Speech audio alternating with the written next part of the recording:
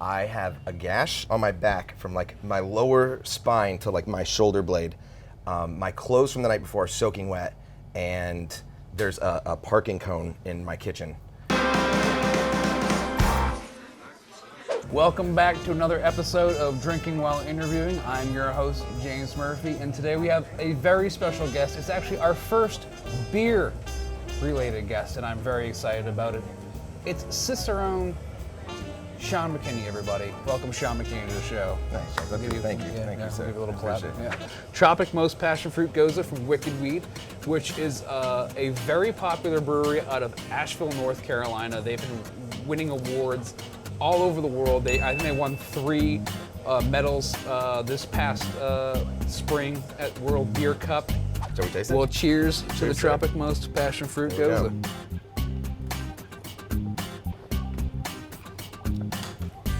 Oh, that's pleasant. That's unique, very unique. You do get a lot of that passion fruit. You do get a whole lot of that salt that's in there. I wouldn't call it overly salinic though. Like, I wouldn't say it's too No. much. Like I've had beers where it's like sucking on eye drops. Yeah. And this is absolutely not that. And actually, I want you to tell us more about this beer because I'm not a Cicerone. I'm more of a drinker. So, okay, so this is a Gose. Goses are a traditional German-style wheat beer brewed in northern Germany. They're known for having salinic qualities to them. There's like salt in the water as well as coriander. Which is celery seed.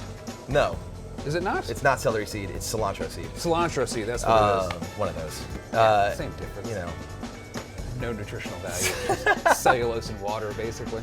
So the cool thing about this style is that it actually, like, Germany has a very strict policy on what they can put in beers and what they can't. And like it's basically just the 4 ingredients that have to make a beer a beer. German purity law. Right. Yeah. So it's like water, it's hops, it's yeast, and it's malt. Now this breaks that because they're adding this spice in there and they're adding this salt, and so they've kind of like turned a blind eye. They're kind of like, oh, it's like a regional sort of thing. Like it's a tradition. It's fine. We'll let this one slide, which is kind of unique. Like actually very unique. Yeah. Because there just really aren't any other styles that are like that at those, all. Those laws are over 500 years old. aren't they? They're old as dirt. Yeah. Yeah. And I mean, a lot of it was just back in the day, they just didn't have the science or the quality control to be able to make beer great all the time. So as a way to keep that okay, like beer was really serious and make sure people weren't getting sick off this stuff, they had to set rules. Like for a while, it was like no brewing in the summertime. Just can't do it. Just can't do it, man. Beer's just not good in the summer. You gotta brew in the wintertime when there's all this crazy stuff floating around in the air. So that's the base style on this. Of course, then I think they added passion fruit as well. So hence the tropic. Which is, yeah, so this ends up being a very American style Gose. totally, Yeah, absolutely. This style has taken off all across the country. I was reading here the other day, it's last year it was in the top 10 best-selling craft beer styles in the country. Yeah, they've exploded. Not many people know what a Cicerone is. Yeah. Back in the early to mid 90s, you would hear things about sommeliers, which is basically someone who's a wine expert. Right. And I want you to tell us a little bit about what a Cicerone is and what they do. Yeah. Most people don't know what a Cicerone is at all, and everybody knows sommelier, which is always what I always have to describe to people. It's like, oh yeah, I'm like the beer version of a sommelier, and essentially what it is it's this program, and it's tiered the same way that like the sommelier program is, and that you have like your base level, you've got your certified, you've got your advanced, and then you've got your masters, and at each level it gets just exponentially harder. So the first level is like 60 questions, you have 30 minutes, it's online, it's real quick.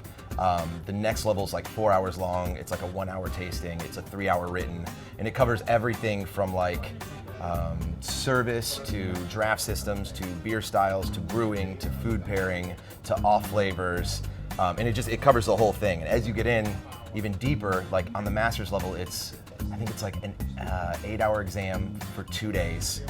And they'll do things like, look, here's this grain, taste it, what is it?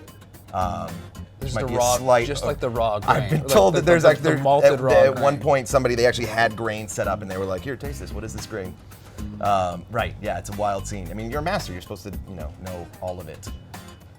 That's insanity. Yeah, it is actually. And It's I very think insane. I think the misconception is they just think that those people are just people that sit around and say like, Oh yeah. Oh, I get 5-year-old elderberries. and like, these grapes were grown on the side of a highway. yes, it's like oak-aged grass clippings, like.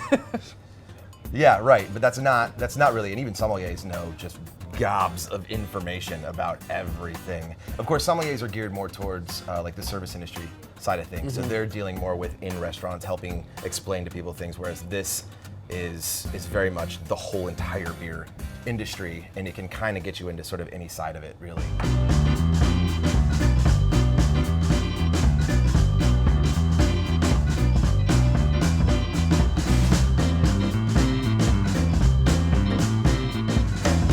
Now, when did you start the process of getting into being a Cicerone? In the industry, we have this, there's a term called epiphany beer, which is like the beer that just changed your whole game. Like it just, like the whole world just kind of flipped and you were like, It's like a moment of clarity, but you are drinking. But you're, right.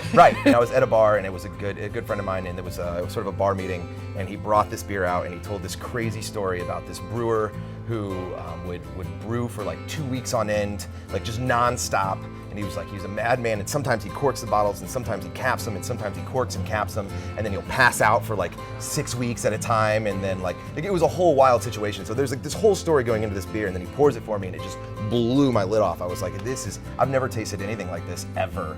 And from then on, I was like, I could do this. Like, Do you remember what that beer was, or did you have too many of them?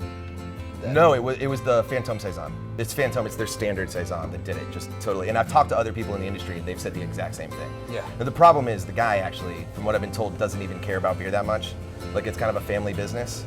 Gotcha. So he's like leaning over the mash tun with like cigarettes, and like ashes are just falling, and there's like cobwebs everywhere. They're like cats. There's just cats all over the place. Like it's a wild scene. He doesn't even care for beer that much. So because of that, his beers can either be just world renowned, like best top beers ever, or they can be horrible.